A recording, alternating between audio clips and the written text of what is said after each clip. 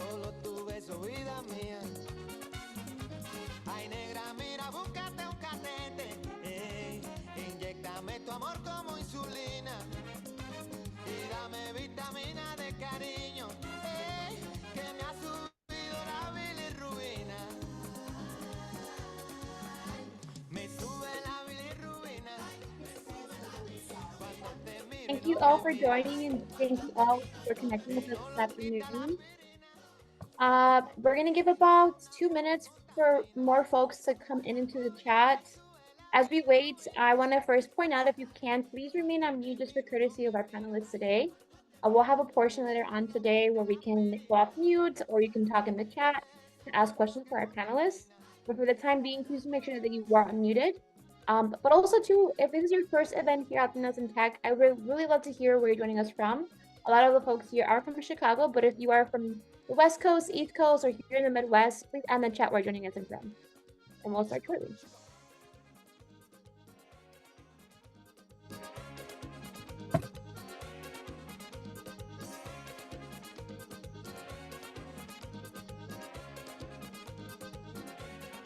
Oye, me sube la bilirrubina a mí cuando te miro y no me miras, y no lo quita la aspirina. Es un amor que contamina. Me sube la bilirrubina cuando te miro y no me miras, y no lo quita la aspirina. Es un amor que contamina.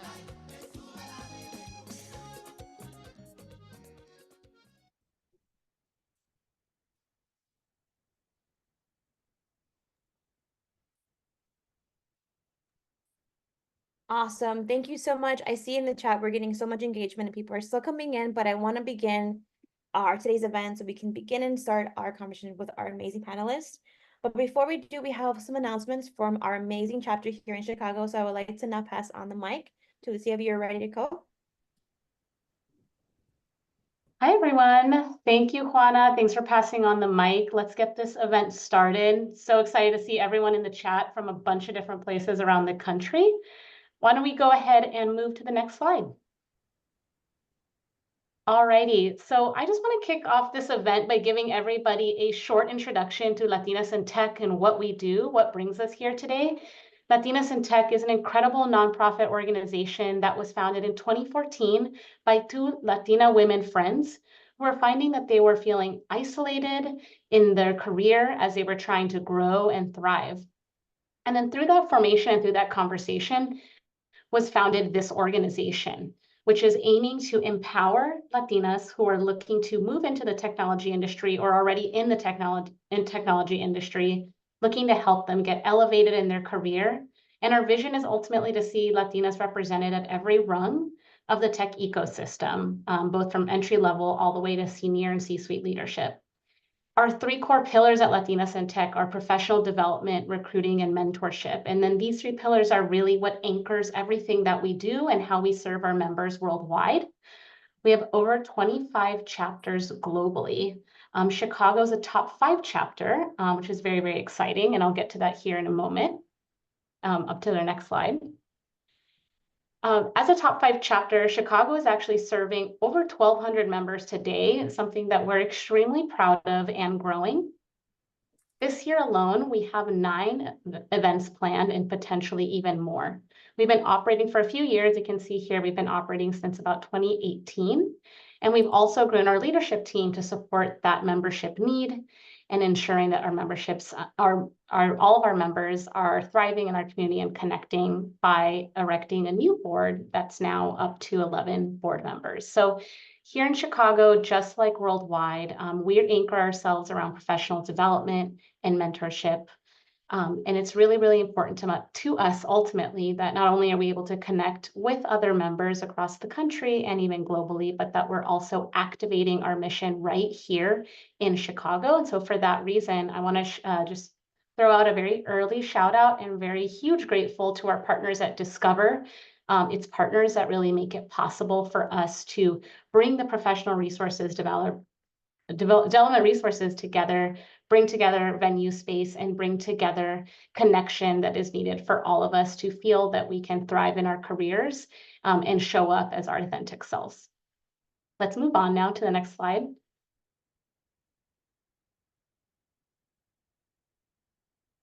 Perfect. I just want to leave you with one more thing on the Chicago end here. You mentioned that I mentioned that we have about 9 events planned. Some of those are about to happen here in very short order in the next few weeks. I wanted to make sure you did not miss out, and you heard first here that we have an entire slate of events for Hispanic Heritage Month.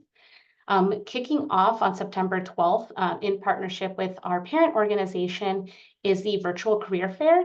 And you can see we're also going to have a huge signature celebration on the 25th.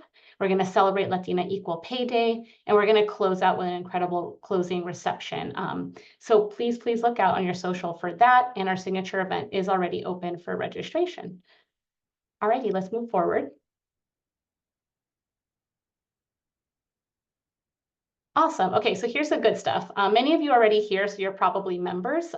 However, many folks follow our socials and don't realize that you can actually be a member by registering on the latinasintech.org website. So if you're not yet a member and getting our newsletters or first access to invites to events, both in person or virtual, please scan this QR code now. We'll also be sure to follow up with more QR codes. You'll hear more about that today. Scan those, sign up on the website. This is an awesome way that you can get free resources and free information to all of our events and much more. All right, let us move it forward. Okay, one other thing that we want to do is make sure that you know about all the potential other resources at your disposal to help you in your career. So with that, I'm going to go ahead and hand it off to incredible events manager, Juana. Thank you, Juana. Of course, thank you so much, Lucia, for that amazing introduction. And as mentioned, and wanted to echo, this is a really amazing space for all of you. If you're new to our network, thank you for joining us, but also to just thank you in general to our partner Discover for hosting this event today.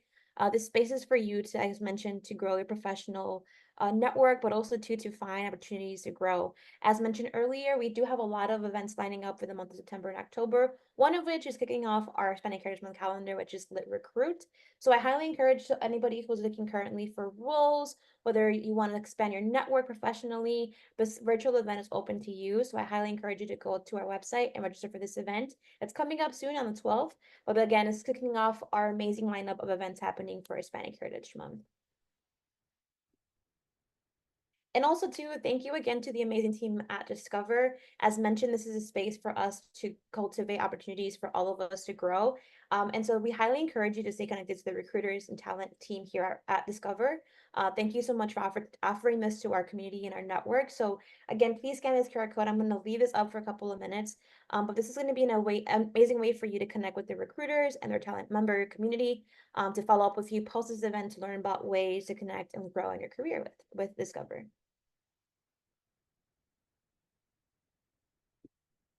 And now to the amazing part of today's event, while we're all here, I would love to now open up the floor to our amazing 3 panelists, 3 amazing Latinas who have been part of the journey here at Discover. We're going to be talking a little bit about how they landed their career here within tech, but also too, how they were able to land a career within fintech. It's a really amazing industry to offer opportunities for all scopes of women in tech, but these 2 women are offering their time today to talk a little bit more about their particular journeys in tech. So I'll now like to stop sharing my screen and open up to the floor the amazing panelists of today. So I'm going to offer the space for you all to do some self-intros before we go into our content for today. So Arlene, if you want to kick us off for today. Sure. Bienvenidos a todos. My name is Arlene Santiago. My pronouns are she, her, ella. For those with a visual impairment, I'm wearing a Discover branded tee, sporting our Hola ERG branded logo. I have brown skin, brown eyes, and I'm topped off with curly brown hair. I'm also of Puerto Rican descent, and my role at Discover is Senior Manager for Diversity, Equity, and Inclusion, and I'll be celebrating my 3 years with Discover coming up soon. So thank you for having me. I'm really excited to be here. That's amazing news. Congratulations on your anniversary coming up soon. Thank you. And now, last but not least, next up is Mercedes, if you want to go ahead. Yeah, absolutely. So hello, everyone. My name is Mercedes Pesantez. My pronouns are she, her, ella. I am wearing a black sleeveless top. I have black wavy hair and brown eyes, brown skin. I am first generation Latina. My parents migrated from Ecuador in the early 1970s. I've been with Discover for 11 years. I am a director of cybersecurity strategy and program operations, and I am really excited to be here to share our unique experiences, and yeah, happy to also take questions later. So yeah, thanks for having me. Absolutely. And thank you for highlighting that as well. To all of our members here today, we will have time again for Q&A at the end of our conversation. Also, please hold off for questions till then, and I'll make sure that I get those to our panelists.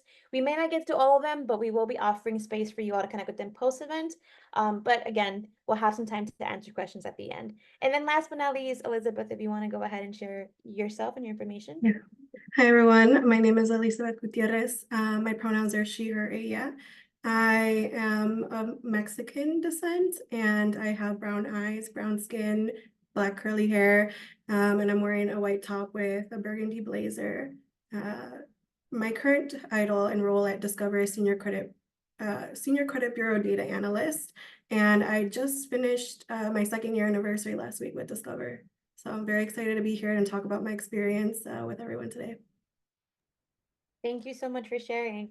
Now, I know that we have a lot of questions here in mind, but I really want to just kick off, and we're going to begin with Elizabeth, with kind of describing kind of how was your journey into fintech?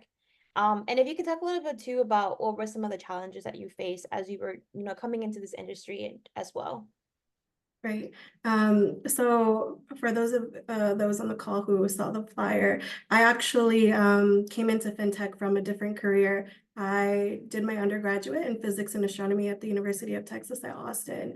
And really late in my decision, I decided not to pursue what I was doing, which was astrophysical research, and trying to navigate what would be my next career move. And to me, I wanted to stay in Chicago. I want to be by family. But I was also really intrigued about the finance hub here that we have and applying the skills that I learned in my education. So I really was having a hard time navigating, applying for roles. With my experience, I would see job listings and not really fit all the boxes. And so what happened one day was I came across a Discover job listing for this new program they were starting called the Advanced Analytics Resource Center. And it really just fit the bill for me. It was providing me exposure to fintech and also building networks and gaining career experience. So that was something that was really helpful for me joining this industry here.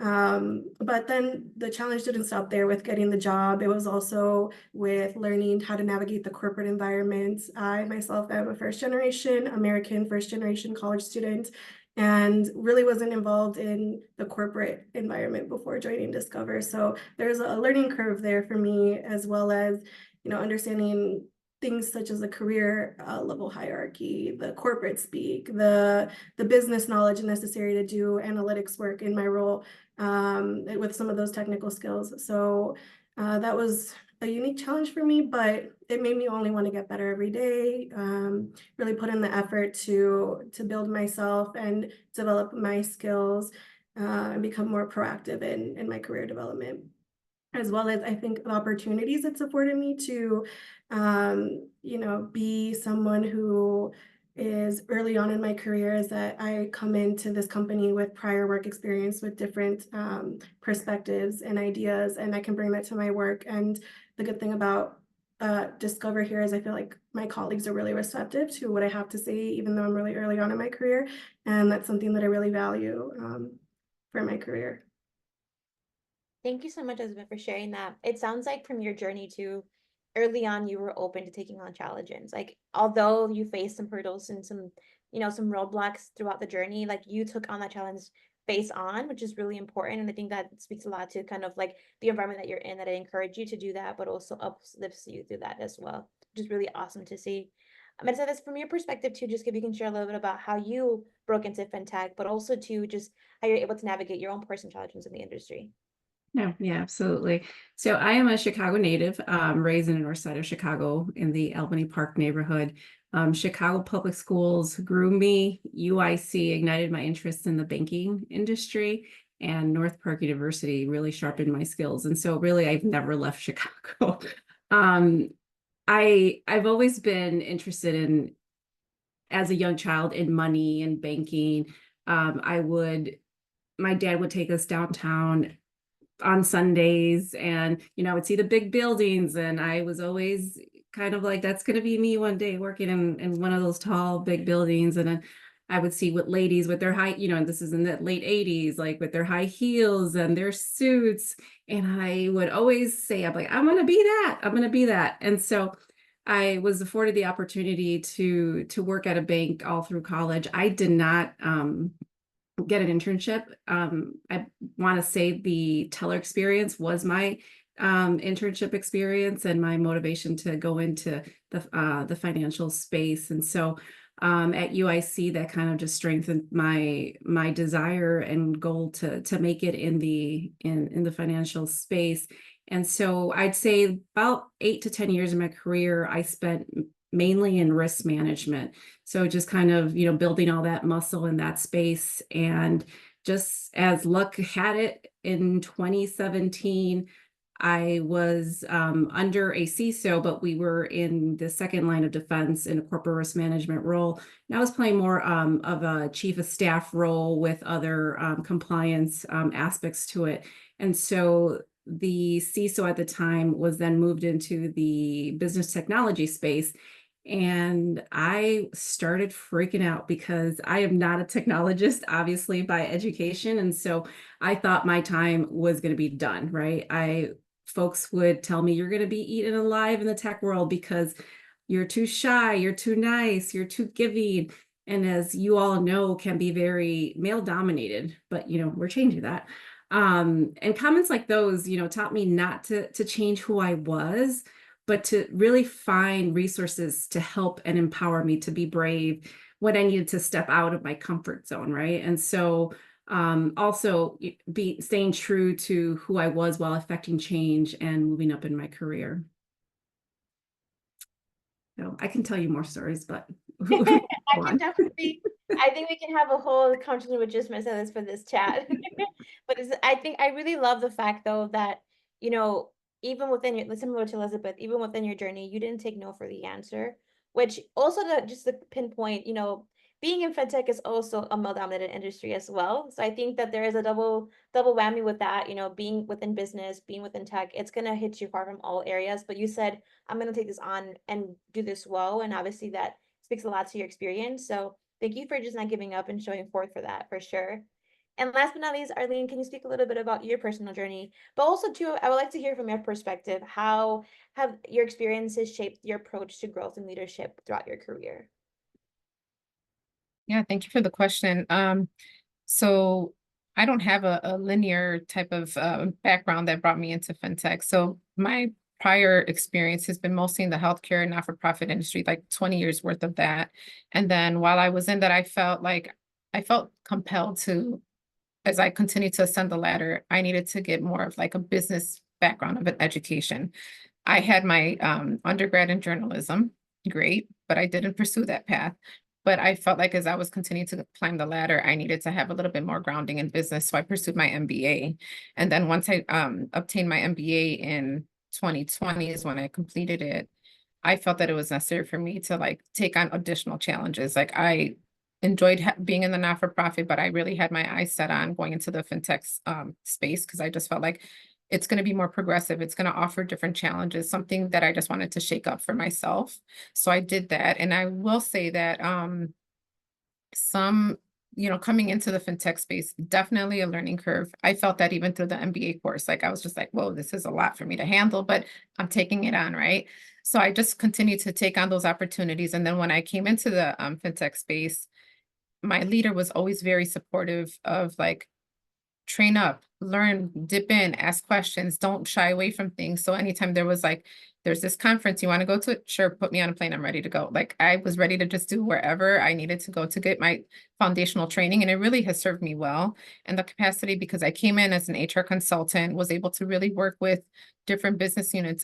And funny enough, I was actually the support for finance. So I was just like, I'm in it, I'm going to learn from everyone here. So I really was able to, gain some good information from them. And then I pivoted into the DEI space because I've always had an interest in prior years, I always worked both HR and DEI, and I really just wanted to venture into that space alone. So that's kind of where the path has led me to now. I love how you speak to the fact that, you know, to enter this industry, you don't have to have a linear path, as you mentioned earlier, which is, I think is super important for everybody also who is here in the call today to hear out loud. You know, a lot of people, when they think of tech, you know, oftentimes they think that they have that background to begin with, and that's how they kind of pivot into the industry. But you make your own path is what I'm hearing from all three of you. And I think that's really inspirational to just kick it off for today's conversation. Now, I know we have an order for these questions, but I really want to touch a little bit about kind of the environment of competitiveness in this industry too. I mean, being that you work for Discover, I'm sure that, you know, the application process, the hiring process is very large for the fact that I'm sure there's a lot of people who are looking to have the position that you're in right now. But I'm gonna start with you, Mercedes, for this question. You know, just thinking about how you're able to thrive in a competitive industry. Fintech is super fast paced and competitive. What are some key skills and knowledge that you've been able to gain that you believe is essential for Latinas in this industry to thrive and grow? Yeah, absolutely. So in the cyberspace, as you all know, it changes constantly. Just when you think you have downtime, a new regulatory guidance comes out, a new emerging threat hits the external threat landscape, and you may have resource constraints. We all lived through the Great Resignation a few years ago. You can never get too comfortable, is what I've learned in the last 7-8 years. One recommendation is to be intentional. I can't say it enough about your professional growth, your upskilling, your existing skills. I refer to mine as my spice rack because I enjoy cooking. If you want to learn how to make garlic turmeric rice, I have the garlic and the onion powder, but I need a turmeric to bring it all together, right? And same thing like your professional growth. I mean, you cannot discount it. You know, it has to be on top of your list at the beginning of the year when you're reviewing your goals with your manager, whether it's training, certification, attending a conference, whatever it is, you have to make sure it's written down, ready for consideration and execution. With my staff, like that is number one. I don't want to hear about your goals for the year as it relates to work. I want to like concentrate on what we're going to do to get you to the next level, right? And so that to me, as a leader at Discover, is very important with my team that I lead, is to make sure that they have the plan for their professional growth outlined before anything else. I love that so much, and I really want to give you kudos for that as well. I think it's very rare sometimes to find leaders to be so encouraging to like uplift their teams. So seek for that. So definitely, I see a lot of love on the chat for you for that as well. But I think what she mentioned is super key. So I always say I like to take my little gems or my little diamonds from the conversation, and this is a really good one. Intentionality, as you mentioned, I think is super crucial. That's one key way to stay ahead of the curve. Arlene, how would you say from your experience, like what are some key skill sets or knowledge that you believe is essential for women to thrive within this industry? You know, for women to thrive in this industry, I feel like there's something that's innate in us that we feel like we have to constantly prove ourselves, right? And I think that just showing up and showing your worth and showing your work ethic is enough. You don't have to always be having to like claw the way up to kind of be able to say like, I'm here. You are there. You have your seat at the table. If you don't bring your own chair, make your own table. Like just do that, right?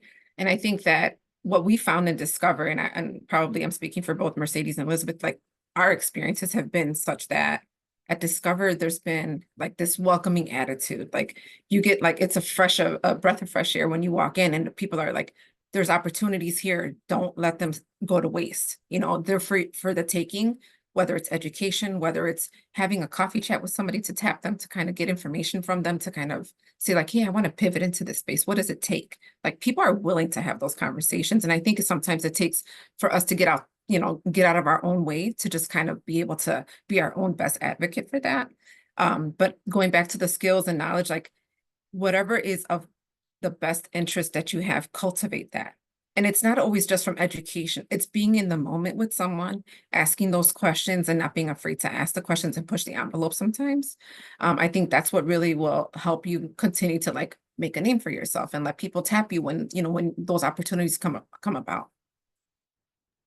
I love that. Always stay alert and hungry for more in this industry is what I'm hearing as well.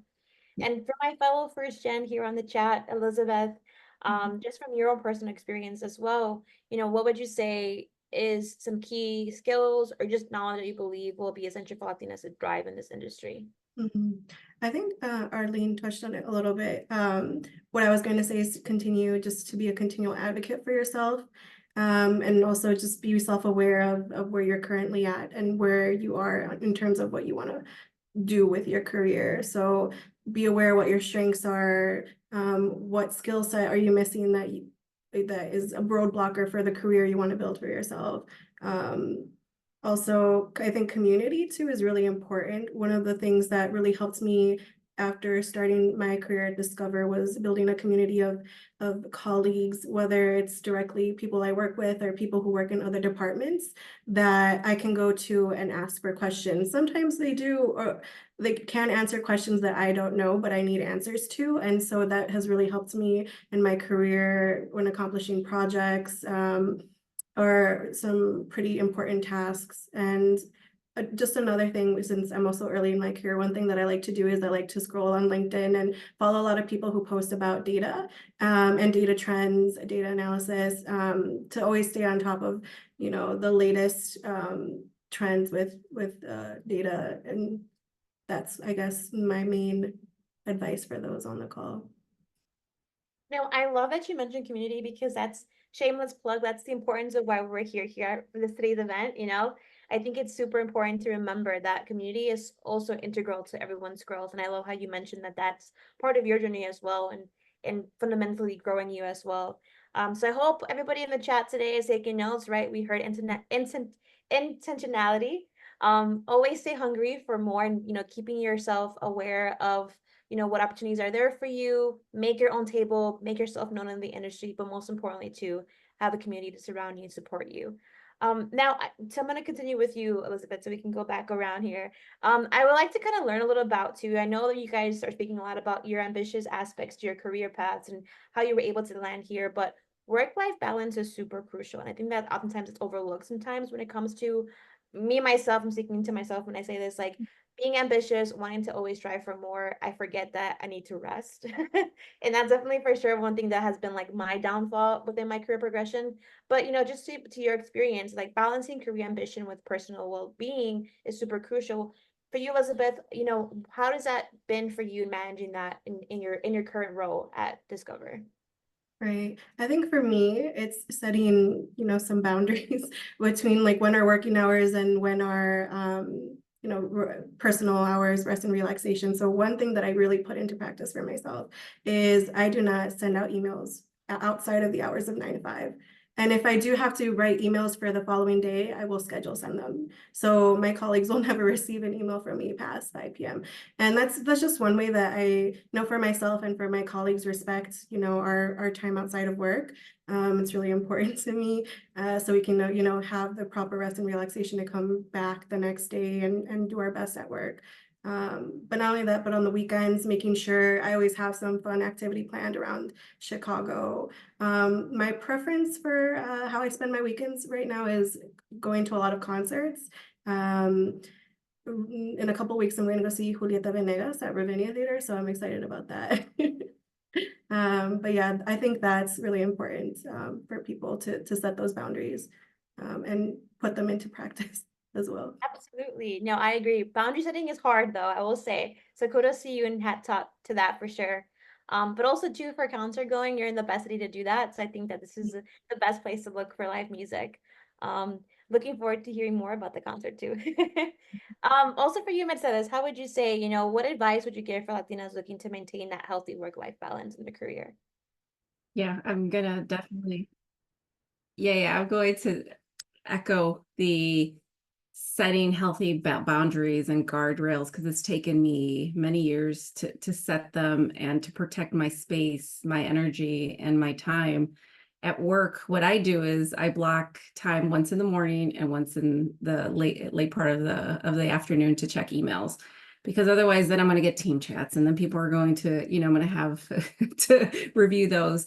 So I block time. I tend to reply quickly to Teams chats, but if I see a chat's too involved and it could wait till later, it will wait till later. And so one example I wanted to bring up was coming back to the male-dominated industry. And again, we're going to change that. We're changing that.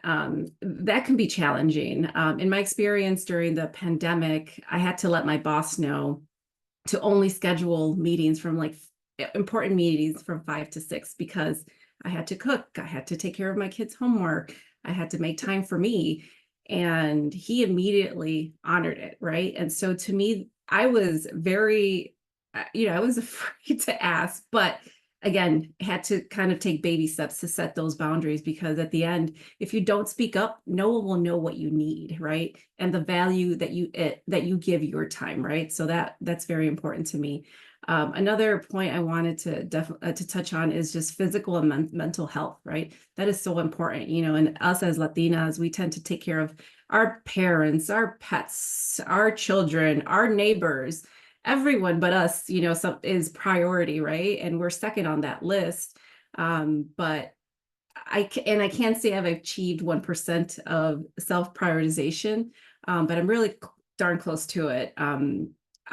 Self-care can happen in forms of like running in the morning or taking a walk during lunchtime. That's another boundary I set, like lunchtime. My lunchtime is sacred, whether it's me running to the store or checking email or doing, catching up on something. I tend to make sure my goal is to disconnect from work for that, 30 minutes, 45, whatever, I'm doing that day. But another big thing is just truly being in the moment with my kids, whether it's having dinner with them, their homework, or going out with my girlfriends out for dinner, just truly being in the moment, disconnecting from work, right? Even like social media, sometimes, we do tend to like be at dinner tables and like on our devices. And so, just being intentional again about just being in the moment, because again, managing your time is truly an art, rather than science, right? And so if you don't protect it, nobody else will. I really love your experience with managing that because I think that speaks to a lot of people from all different areas, from your own personal mental health, but also to sticking to being a mother and balancing that. That's a whole nother full-time job in itself that oftentimes is not acknowledged for a lot of working mothers, is that you're doing two jobs at once, So that is very difficult, but it is also very scary, as you mentioned, being in this industry, being afraid of like people are gonna receive that well or not. Historically that has not been the case. I think we're definitely treading over and seeing a new leaf term with that, but it is still very scary to ask, like, respect my boundary, I'm a mom, for sure. I kudos to you for that. And then last but not least, I want to speak to you, Arlene. To your experience, how has it been able for you to balance, work-life balance, and then just what advice would you give to Latinas in this industry to do so as well? Yeah, so I try to prioritize as best as I can because I've been too far gone into when I've been prior industry working to like, burning the midnight oil, like just working end to end burnout. And when I pivoted, I was like, I'm gonna be very intentional. And again, yes, setting my boundaries. I was very like, I need to do this for myself. I didn't do it for when my twins were like newborn to like 1. I was working nonstop. I would leave the house before they woke up. I would come back when it was bedtime. Like that was just too much. And then when I came into this space, I was like, I have to be fully present for my children. I didn't work this hard, come this far to have my children, not to be present. So that was like the first thing that I set together with my leader. And she was super welcoming, super like, do what you need to, family comes first, So it was just like, great. So now I have the ability to be able to like balance for them what their needs are along with my own. Like I do set aside time for myself, whether it's working out, lifting weights, running, whatever the situation may be. But I'm also a professional chauffeur. Like my kids 7 days a week are in activities. So I'm running everywhere with them, Otherwise, I have like my supported community that helps me step in like tonight to help with those situations. But it does really require a fine balance on how do you make sure that you're not burning yourself out when you're trying to meet the needs of others too. Yes, like Marcela said, it's there's a fine art to balancing your life for sure. But I also want to highlight too, you all mentioned through your own experiences the importance of community. And I want to re-highlight again, because I love how you said that you have people on your side right now, Arlene, who are helping you out for today's event. And that speaks again, as women, we find ways to find our people, and then we connect and we grow and we prosper. And that's what I love about being a Latina in general, is I can speak to that as well. Like, you find your community, you support one another how you can, and that definitely helps you both professionally and, you know, in your personal life as well. And I really want to acknowledge that too, that it's amazing to hear you speak to that in your own separate journeys, because I think a lot of people on this call can definitely benefit to refresh their minds in hearing that. Um, I also want to acknowledge that we're almost at time. We're at the halfway mark. So I'm probably going to ask one more question and maybe pivot into questions, because I know we have a lot of them in the chat. But for the final question that we have here, you know, I want to just hear, I'll begin with you, Arlene. You know, just in matters of like career progressions and support, like what advice would you give to any Latina, whether they're in any stage of their career, whether it's entry level, middle level, or senior, on navigating the space of fintech? Like, what is the advice that you want them to know and take away from today's event? So navigating fintech, I would just say that, you know, it's, you have to find ways to really like educate yourself. So that way you're coming to the table with, you know, a really valid point of view. You don't want to be the person that just doesn't have a good understanding of what's being talked about around you, behind you, what have you, right? So take the time, invest the time, because it's also an investment in yourself and being able to speak the business speak, right? So I think that's important for people to be able to do that for themselves. And when opportunities arise, go for it. Like whenever they offer, like, hey, do you want to, you know, I have this extra opportunity here, you know, I don't have anybody else to fill in. Do you want to? Sure. You know, again, rely on your community to help balance those needs, because it's putting an investment in yourself first, right? So there's those opportunities that you have to really seize them when they're available. And if not, try to seek them out for yourself. Like, join Latinas in Tech, join other communities. Like, I think it's important because that's where you're building your network of people, and you're also building like educational opportunities, as you guys offer here with like leadership development. It's another way of learning. It doesn't always have to be in the workplace. It can be outside of the workplace. Thank you so much. And I have some people who are asking questions related to that too, but we'll get to that as well. Yep. Mercedes, how about yourself? How would you answer that? Yeah, so I'd say in every stage, at least in my career, you know, it's definitely had its learning curves. You know, I've fallen, I've gotten frustrated. You know, there are times where just like you just want to give up, but you just have to believe in the possibilities, right? And in yourself. Early on in my career, I was discouraged from applying to a managerial role when I was pregnant with my daughter, because I wouldn't have time to manage a career or motherhood. That's exactly what I was told. And that to me at that point in time taught me not to listen to people who spoke nonsense, right? Because I am in charge of my life, right? At the end of the day. And while I still applied and I didn't get the job, you know, as a leader, what that taught me was to also protect and honor my team's commitments to their families, to their, you know, to the people, you know, to their loved ones. And you just kind of have to believe, right? You know, believe in what you cannot see. I've been told, right? Because, you know, even after all your attempts, and if it still just doesn't feel right, you know, you take your learnings and you move on. And that doesn't mean like you failed, right? It just means that it wasn't meant for you. It wasn't the right time. You know, it wasn't the right place. It's simple as that.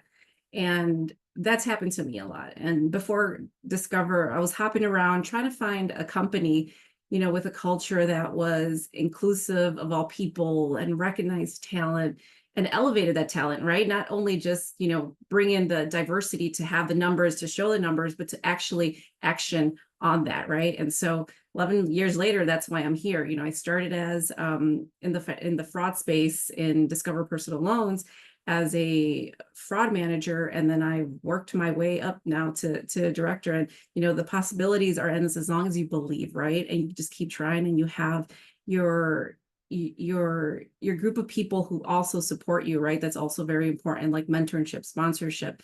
At a very early age, I honestly, I did not have a mentor until I was way into my mid of my career, because I just didn't know how to. You know, the people that I saw didn't look like me. The ladies that were out there, you know, I was just, you know, too embarrassed to ask because they would say no.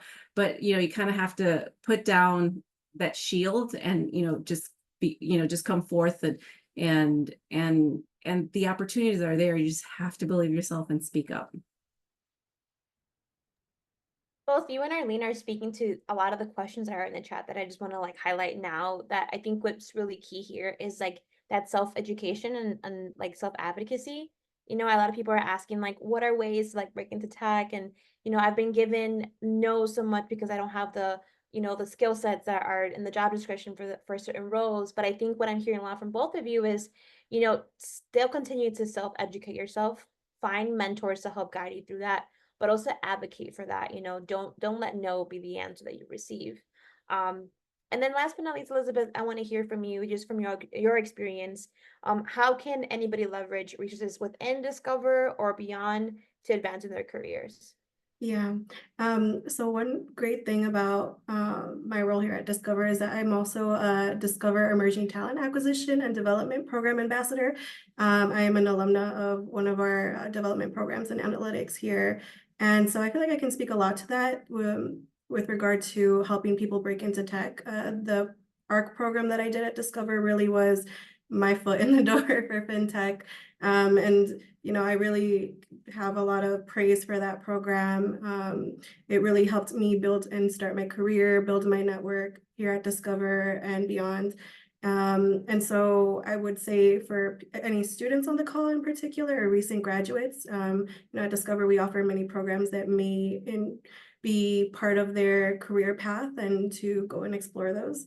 But I would also say and echo the sentiments that Arlene and Mercedes said about finding strong mentors. So as I mentioned in a previous response, I really was navigating the corporate environment, and one person in particular who happens to be my first manager here at Discover really was the person who showed me the ropes and really advocated for me when I needed her to. And, she really is the one person I can really think to who has been a very big influential person in not just my fintech career, but my career overall. So I really value, the relationships that Discover has been able to give me in that regard. And I would also say attend networking events like this one, or, I see Latinas in Tech has a whole month for Hispanic Heritage Month scheduled out. So encourage people to attend those, and also come prepared with good questions. I feel like a lot of the opportunities that have been given to me in my career has been because I've come prepared to talk with people, pose really great questions, and leave a great impression as a result. People seem to remember you when you ask them a really good question, whether it's about themselves, their job, or their company. I think that really makes people stand out as well. Absolutely. Thank you so much for sharing that. I am also just going through the chat, and I think a lot of people are just interested in learning more about this program that you offered. So Elizabeth, if you can share a link to that, if there's a possible link to that too, Yeah. please go ahead and share. That'd be really awesome. I think a lot of people in the call too benefit to learning more about how they can even learn more about joining into this intermittent program. But now we're going to break into Q&A. So I'm going to go into the list of questions that we have here. And again, like I mentioned, we might not get to all the questions, but we will be sharing the LinkedIn information from all of our panelists. If you feel free to like connect with them afterwards, we highly encourage it as well. To Elizabeth's point, ask good questions, network. That's also an amazing way to connect with members in this community. And so I would like to go into a really good question that we had earlier. And this is about just what are some specific skill sets that you might be looking for? And this is for any of three of you who want to answer this. What is one hard skill set or one soft skill set that you seek out for someone who is to be part of your immediate team or in Discover family?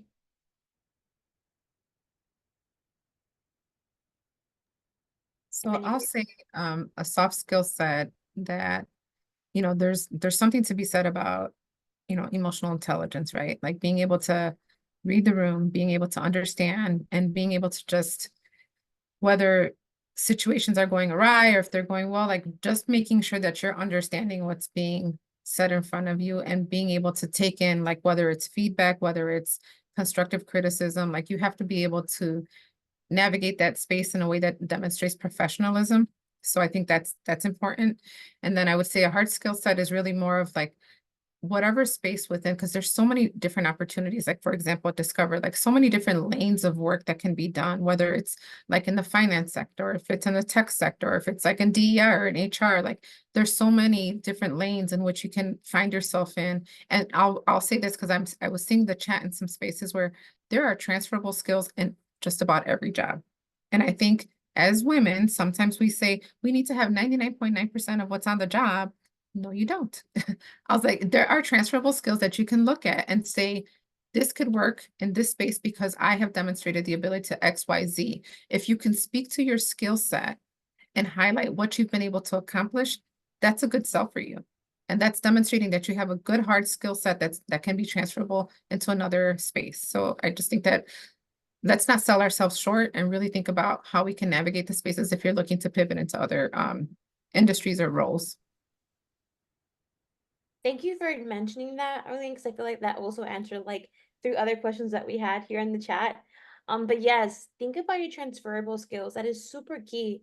And I love how you said that. Learn how to speak to that, right? How can you speak to how the skills that you built from previous roles applies to where you're at now? So I love that. That's a really huge pinpoint there for sure. How about you, Mensa? What would you say?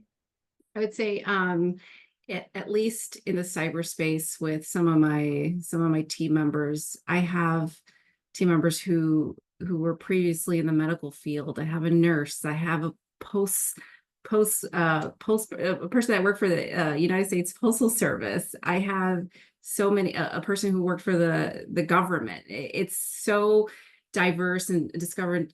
And cyber is just an area that, yeah, you can bring in your skill sets and you learn, right? As long as you have the appetite and the urge and that to learn, we will train you. We have, we train our folks because in cyber, we need to keep up with, the evolving threat landscape. So we have certifications. We send our folks to conferences. They get hands-on training. We bring in boot camp for our folks. So all of that can be learned, right? As long as you have the desire, right? It should not be impediment, right? Just because you don't have that. My degree says finance. And I'm now in cybersecurity. For a long time, I would say I'm not a technologist, and people would just like slap my hand and say, you are a technologist. And I am growing into the space and learning so much. And if I don't know it, I'm asking people. I'm like, hey, do you have 10 minutes? What's threat modeling? Like, how do you do patching? Like, what do you do? And all these things are so exciting. And it's kind of like I'm investigating all these things and learning. And so, I've kind of made it a challenge for myself at the beginning, but my skill set, from the regulatory aspect, I brought it on, and, I was able to then learn the regulatory environment as it relates to cyber. So again, my initial kind of anxiety about being in the business technology space, was a moment in time, and I'm glad I jumped into it, because I was over here calling my list of people, like, where can I go? Because I wasn't confident, right? And then that, to me, like, in retrospect, it just opened my eyes, like, no, you just need to be confident. I got to go in it like, hey, I'm not the one, kind of protecting the environment. I know how they do it. I can explain it to our business partners. I can explain it in a report that goes to the board of directors. But am I doing that? No. But that's why there's people, there. But we're all a community. We're all the team, and we're successful together. I think what you speak to a lot too is to like this aspect of like imposter syndrome, right? Is that not feeling like we are equipped or good enough to do the roles that we were hired to do sometimes. But to your point, like, we're not asked to do it all. And in fact, the most important part is that to know that we can't do it all and ask for help along the way. And that speaks to your own leadership too as well. Which I know we had a couple questions here on how do we combat that imposter syndrome. Which, Elizabeth, if you want to speak to that, or just also to in general, like what are some skill sets that that are either hard or soft skills that you would seek for somebody in a team here at Discover? So I think especially in application to tech, of course, there's the technical skills, making sure you're proficient in whatever software you're using. But I think one of the biggest ones is communication skills, because at the end of the day, you need to present whatever analytics or whatever project you're working on to people who might not have a technical background. So you need to make sure that you're not using words that they're not familiar with. You're showing them graphs that they can easily digest. And I think that's really the main skill set that's really important for somebody here at Discover to thrive in a data analytics career. Making data accessible is really big. Thank you so much for sharing that. I want to open up the floor now for anybody here in the call. If you want to unmute yourself and ask a question. We probably have enough time for one more question before we wrap up. Anybody want to go off mute or raise your hand? Hi. Hi.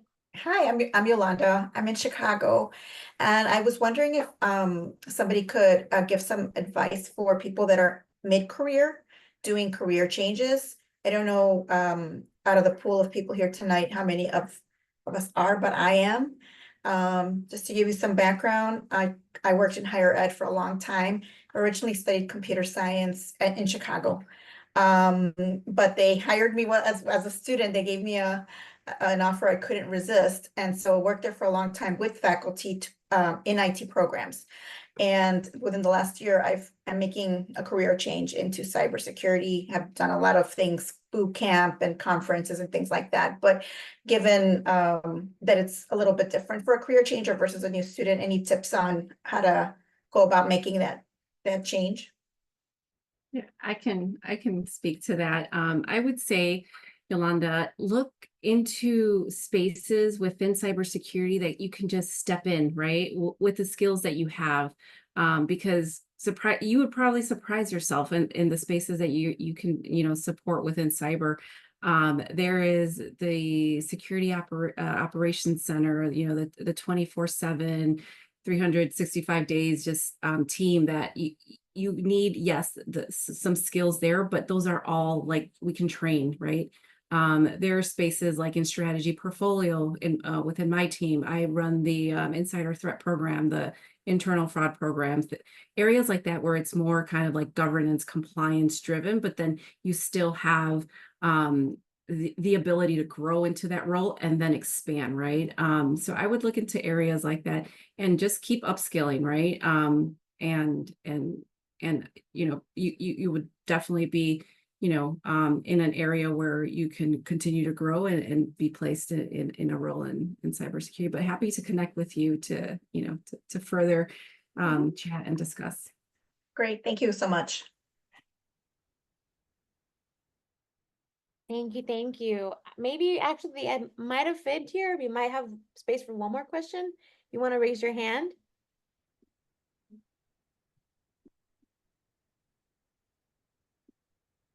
Or go off mute. I can ask a question.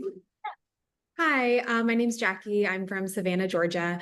I put a question in the chat earlier, specifically to Arlene, but kind of a broader version of that same question for Mercedes and Elizabeth. But Arlene, how do you practice self-care and protect your peace as a Latina, a woman of color doing DEI work on a daily basis? Yeah, that's a tough one. I find other ways to kind of decompress. Like I love a podcast, I love an audiobook, I love to throw myself on the treadmill and just kind of zone out and kind of see where my treadmill takes me because it's one of those cool ones that has like it takes you to different parts of the world. I can stay there for a long time. Or, I'll go in the sauna. Like it's just, I find that it's a world that we all live in. We all experience some level of disparate situations, whether we're witness to it or we've experienced it, it's all a lived experience for each of us that we go through. And we have to recognize that we're all human. And so I feel like we have to enter these spaces with empathy every time with people and just come to seek to understand where people are, meet them where they are and take it in, but like, don't overburden yourself with that. You can't take on everyone's woes, right? Because then that's where it gets really heavy. So you have to like learn how to balance it for yourself and say like, I've given my all to the situation today. now I'm gonna go hit the treadmill and have fun with that, right? Like just have to learn how to shut off the brain, because that's something too. We live in a world now where everything's always 24/7. You're constantly like, there's days where, don't get me, where I'm like at 4 o'clock in the morning, like, oh, I gotta do XYZ. Like it's just those types of things. And it's like, I gotta shut it off, but you just gotta balance it. And like DEI and, going into different spaces, like it's a challenging time right now, but I think it's here for the long haul. And I think that it's important, like even in a community like this, that we're always in a way that we're representing, because there's a need for that. Thank Thanks for the you. question. And thank you for speaking that into life, Arlene, about I know the DE&I space is definitely going through a little rough period right now, but it's beautiful to hear that out loud sometimes outside of yourself, because I think it is true. These spaces matter, and I appreciate all of you just being here as advocates to that. But we are at time, and we do have some final just remarks before we wrap up. So quick again, thank you to all of our amazing speakers today for your bravery, for your time. I know it's pretty late here in Chicago, so thank you so much for taking time from your personal time as well to be here. I want to quickly just share my screen. Just to reiterate, the Discover team is highly encouraging all of you here today to please scan the QR code. I also added in the chat the link to that QR code as well, to stay connected to any opportunities here at Discover, but also to, if you're looking for a job as well, this is a good way to also pivot into that. Ladies, also too, I encourage, if you would like to share your LinkedIn on the chat as well. I know people are doing that right now, but if you want to share your LinkedIn as well, that'd be really helpful. And we'll be sharing that post event as well. This is a link for the QR code for the Discover team. I'll leave it here for a sec before we pass it on to our amazing chapter leaders. Pati, are you here?